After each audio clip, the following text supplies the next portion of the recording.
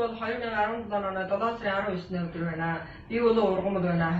Ордос хотын хангин гушууны Монгол үндэсний дунд сургуулийн багш. Өнөөдөр бол миний аав зэрэг дөрвөн гэрийн бол одоо нутаг усны жургааны өөр Монголын дээд жиргэн шүүх хоронд шүүлт хийсэн байна. Зүгээр миний хажууд байж байгаа малчид бас энэ шүүлтийг бол сонсохоор иржээ.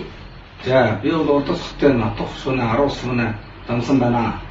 Энэ жил чарнагтай ийм учраас өндөр хангин гушууны уудын дөрвөн дарга бол хэтин хийж өндөр жиргэн шүүх хоронд ингээ би энэ сонсоод би бол 40 жилийн энэ хөдөлсгөрийн чанар хасантай ийм учраас дараагаар дөрөв хэрэгжиж би Ордос хотын отгирын гушууны харган намс боловсны харган төгчхааны сууд байна. Энэ жил 70 настай. Би өсөлтөөр усан хүнд учир юусгүй атас нь учраас бичээр усан болж яваа гэж энэ газар ирж энд оролцож нутагчлаараа эзэгний гэж бодож ирсэн. Би бол Ордосын Чэнчинэ отгод нам солгацын отгод байна.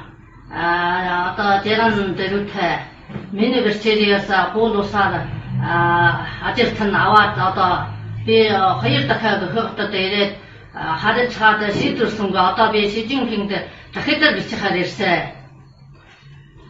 Тогшона аросмна шинчрахсана начрана. Би өндөр одоо бишх гөхөд ирсэн байна. Би бол Ордос хотын хангин гушууны оюун парана.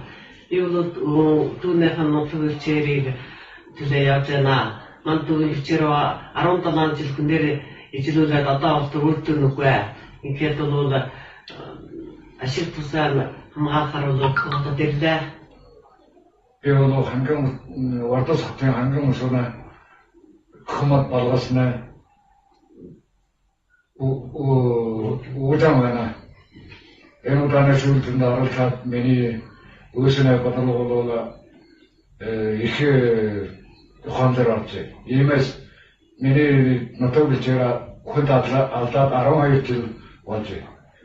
Энэ удаагийн энэ USM үнэ ясыг олохоор заавал чирмэд үнэ ясыг олохын төлөө ирж. Би ч мөн адилхан Ордос хотын нутаг гушууны харгуу хонон төлөвнө ажилчин үеийнхүү байна. Мөн бичээр усан нутаг усааны алдаж энэ газар ирж дарга даалтгаа хийхээр иржээ. Ингээд одоо өнөөдөр энэ өндөр зэргийн шүүлтэд оролцсон шүүлтийн санаасаа бол надад их